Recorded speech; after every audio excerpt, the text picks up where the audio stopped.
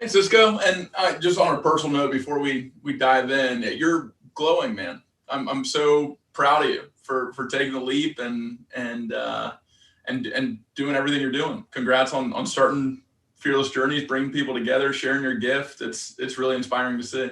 I think, and I love the email write ups that Cisco sent out periodically throughout the month. And in the first one, one of the facts he shared about The Alchemist is that it's been translated into more languages than any other novel, and that it's just reached much further and way beyond Paulo Coelho could have ever imagined. And I think the reason why is he tapped into something that is really primal and innate to all of us, and it's something that I spend a lot of time thinking about and building companies around, which is the hero's journey.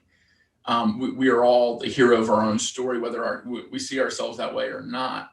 And another one of my favorite authors, Joseph Campbell, wrote a book about the hero's journey called Hero with a Thousand Faces.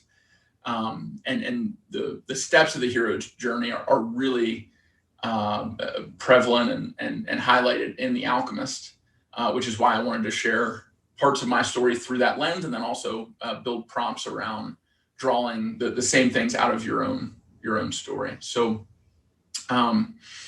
in 2016, I was at a startup called Roadie. Roadie is a peer-to-peer delivery company, but instead of Uber, where they deliver people, they deliver packages. And Roadie very much felt like my flock, my crystal shop. It was a comfortable place. It was something that I was doing well, but I knew it wasn't my calling and my purpose. And after about 2 years with the company, I felt like it was time, and especially after kind of like a dream-like experience I had with my family in Costa Rica, I felt called to leave my job, sell a bunch of my stuff, and be a nomad for a year. And I kind of set up a home base in Costa Rica for the year. But that's when I did most of my travel of those 34 countries.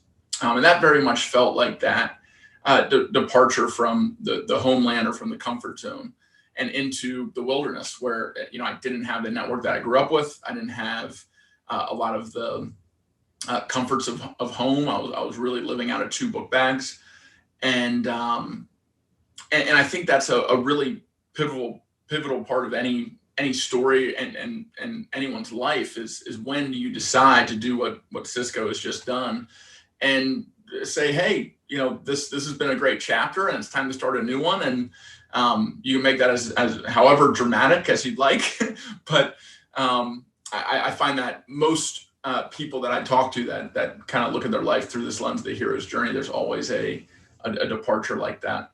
And while I was in Costa Rica, it was a lot of solitude while I was there, and travel, especially when you aren't traveling with anyone. That's a lot of solitude in that too. And I think solitude is one of the best opportunities to reflect on your life and learn more about yourself, cultivate self-awareness, which is also the best way to uncover whatever meaning you want to assign to life. Personal legend, to use the book's term. In Costa Rica, I doubled down on what was a passion and a hobby up to that point, but that ended up really dominating my career up to this point, which is a nonprofit called Brawl for a Cause. What we do in Brawl for a Cause is host charity boxing tournaments, but instead of boxers, it's first timers, people that have never put on gloves, never stepped into a ring to fight someone else. They choose to train up, they choose a cause to fight and fundraise for, and then they go through this hero's journey where they go from this non-fighter and become a brawler. And throughout that journey, there are trials, there's training, and eventually they have their face the dragon moment. This culmination where Santiago had to become the wind.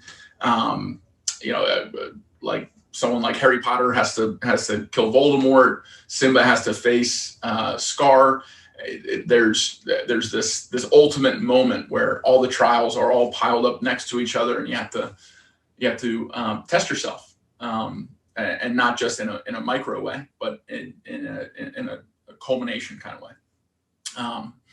And in 10 years now of doing Brawl for a Cause, it's incredible to see how many of those 300 plus people that have fought in these events could be named Santiago, especially when you look at them through the lens of the personal legend.